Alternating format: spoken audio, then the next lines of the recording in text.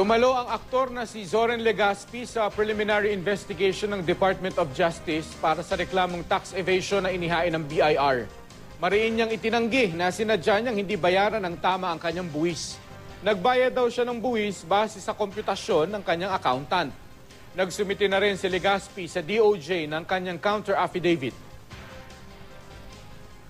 Doon sa case nilang yung 2010 na case nila, that's the year na nag-top 10 ako sa Pasig. So,